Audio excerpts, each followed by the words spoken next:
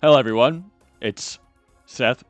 With me today, I have Chuck, the cyber dude, Hey, what's up, everyone? How are y'all doing? good pal. And today we're gonna be talking about sort of an interesting topic because despite them fighting in the anime, it's not actually clear cut in terms of power scaling or say an argument that the winner is determined by the fight because of the way it's presented. This one is Super Saiyan 2 Gohan versus Super Perfect Cell. Now, this is actually one of the more old school debates that have lasted since, the Heian era or the ancient times.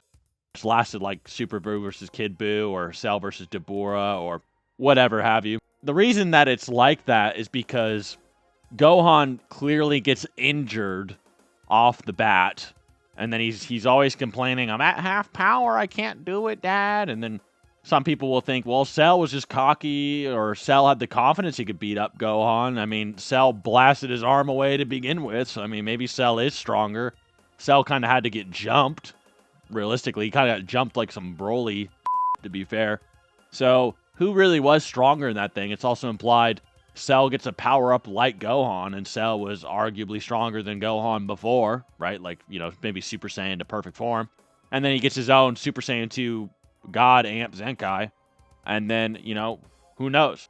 In that regard, it makes sense why the debates lasted so long, but there's a lot of nuance to it.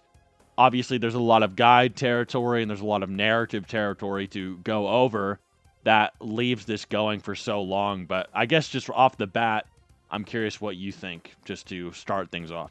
One thing for sure is that, once again, like in the Buu saga, the anime and the manga, they both have different scaling. Now, for the Cell saga, it's not as crazy as it is in the Buu saga, but there are, like, some crazy differences. For example, Piccolo, Yamcha, Tien, Krillin, like, they all gang up against Cell.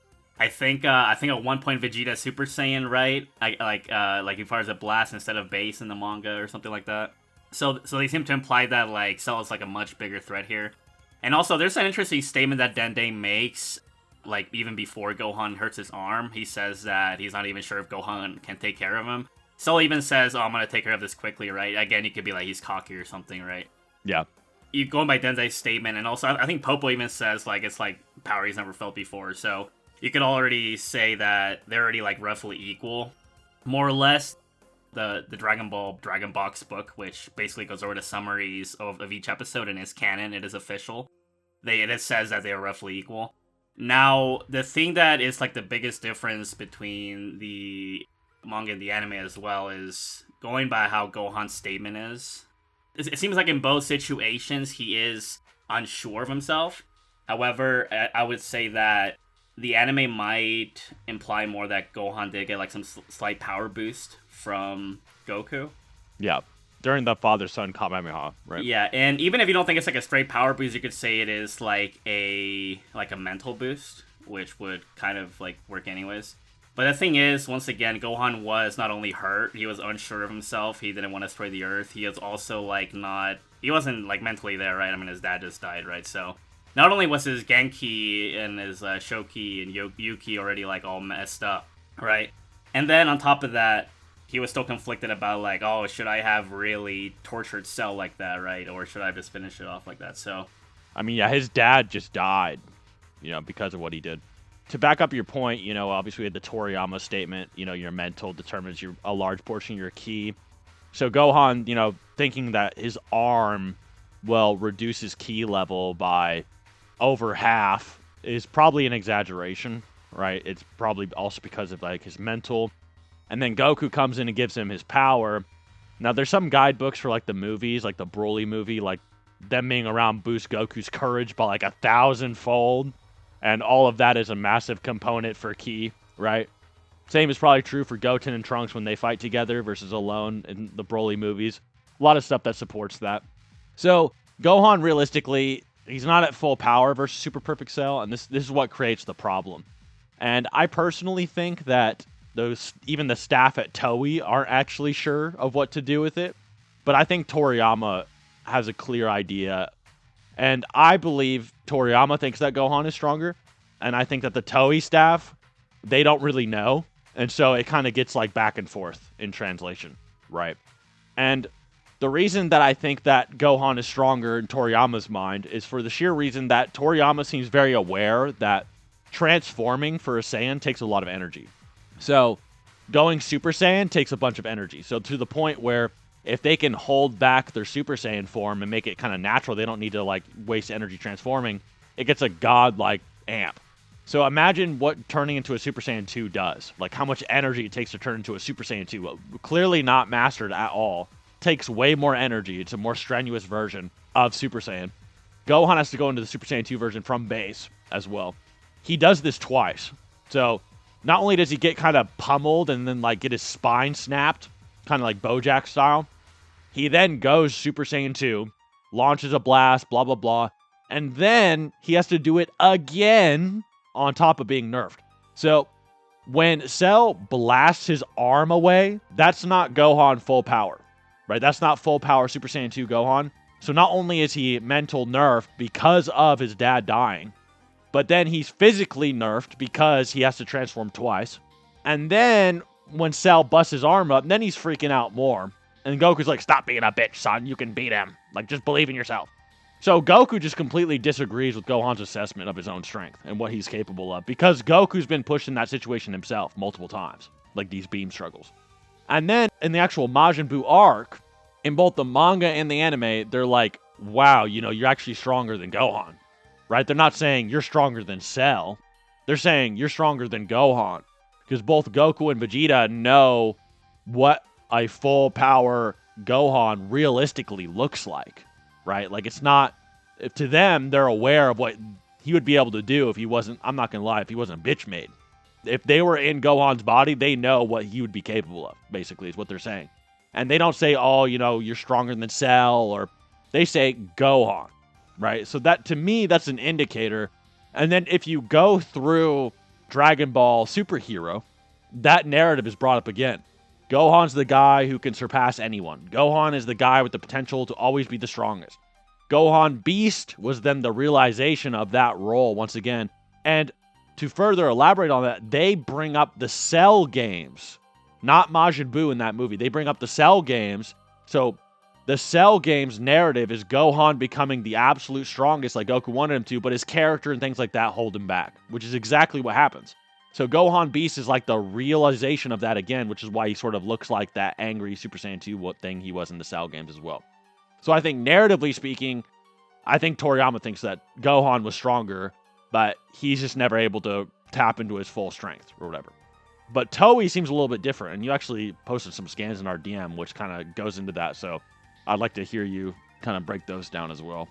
Another thing that is commonly like debated about is like, did Gohan really just turn Super Saiyan 2, or did he also get a rage boost on top of that? Now, there is an implication in the El Manga Legendario which says that basically when he unlocked his rage, it unlocked his light potential. So technically we have like a pseudo Ultimate Gohan there, right, with Super Saiyan 2 in a way. Yeah, which is why he's like Buu Saga strength, right? Like it's not just like 2 times multiplier or something, right? Yeah, and that's exactly why Gohan, like in Rage, if he like really went all out, he could have probably on Fat Buu or Super Buu or whatever, right? Without Ultimate.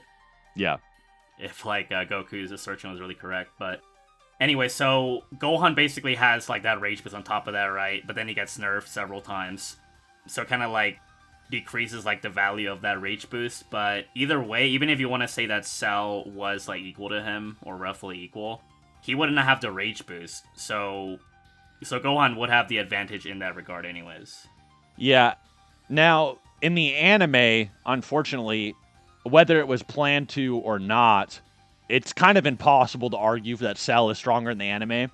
There is a statement, you know, it's in our chat as well, it says that, you know, Cell was slightly stronger than Gohan when he reappeared. But, you know, obviously we can just bring up the argument that Gohan's not at full power. Even if Gohan transforms into a Super Saiyan 2 again, he's not mentally all there, and he has to transform twice.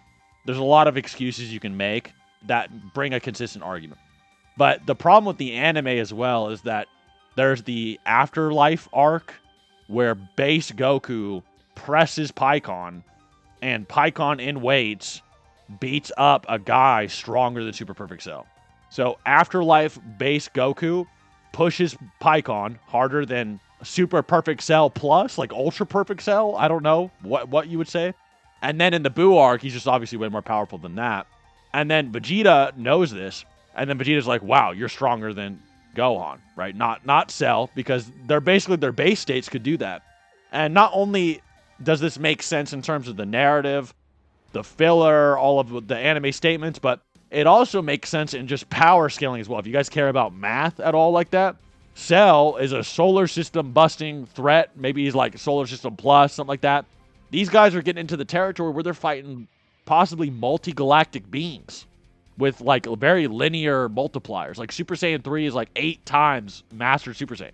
So Goku potentially has to be hundreds of millions to billions of times stronger in base to fight someone who can threaten multiple galaxies like that. Just realistically, even multiple solar systems like that would need billions of times of an increase, which I go over in my Hyperbolic Time Chamber video. His base form has to be absurdly OP. And this is then shown throughout the Buu saga multiple times and in the Afterlife arc that their base state is that crazy. So this full power, hidden potential Gohan, they're still comparing themselves to that because as Chuck outlined, it's because of he has that ultimate form or whatever, and it's not just Super Saiyan 2. And then Cell, realistically, when you argue Cell is stronger than him hypothetically at his maximum, then you start to get some weird, inconsistent things going on. Like, you kind of have to start arguing about, like, it starts to feel like a weird, everything is filler, everything doesn't matter type thing, whereas you can just make a consistent case if Gohan is the strongest, I guess is what I would personally argue from that line. But I guess, like, the other thing I'd mention is, even if you wanted to give, like, Cell all of that, like, amazing wank, right, that the anime gives him, and then, you know, you want to say, oh, he's roughly equal. Again, even if he's roughly equal, that's still not Gohan at full power, right?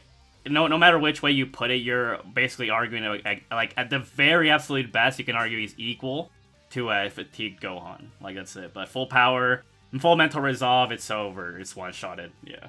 It's backed up by the Clash as well. Like, yeah, Gohan, while he's not at full power, is clashing beams with Cell. You know what I mean? Like, that's crazy. Even in Gohan's own mind, he's like, I'm at half power, and he's clashing a beam with Cell. It doesn't make any sense. That's probably why Goku's like, what are you talking about? You know he's what I like, mean? no, you're high. He's like, what? You could if you think you're at half power and you're clashing beams like that, you would win this fight. You know what I mean? Like, so everything adds up in Gohan's favor. And as time goes on, Dragon Ball Super sort of just hammers it home more. Gohan is the strongest when he accesses his power, right? Ultimate Gohan was like that. Super Saiyan 2 Gohan was like that. And then obviously now Beast Gohan was like that. People still doubt that narrative. You know, people are still trying to doubt Gohan. We see it again over and over and over again. Obviously, like characters like Beerus or something are the exception. But, you know, we see it just every time. That's who he is as a character. So I guess that's all I really could think about for this topic. I don't know if there's anything else to really add. It sort of does just kind of go down to that. I think people in the comments, like if they disagree, they're just going to say, well, that's just filler. Maybe you're misinterpreting it, you know. It is sort of counterintuitive in the gut feeling to have like base Goku in the Buu Saga punking on Super Perfect Cell. It kind of feels sour in my gut as well. But that's just how it boils down. I'm going to be honest. The math supports it. The anime supports it. Narrative, it's just the only thing that works. Just my opinion. Anyways, guys, hope you did enjoy the video. Big shout out to Chuck, and you guys should check out some of his channel soon. He makes a lot of good videos, such as the movie ranking video and the Buu ranking video as well. And he has a lot more stuff coming out soon. And Chuck and I actually have more collabs on this channel coming out soon. And so I do hope that you're looking forward to that. And anyways, till next time. See ya, thoughties later.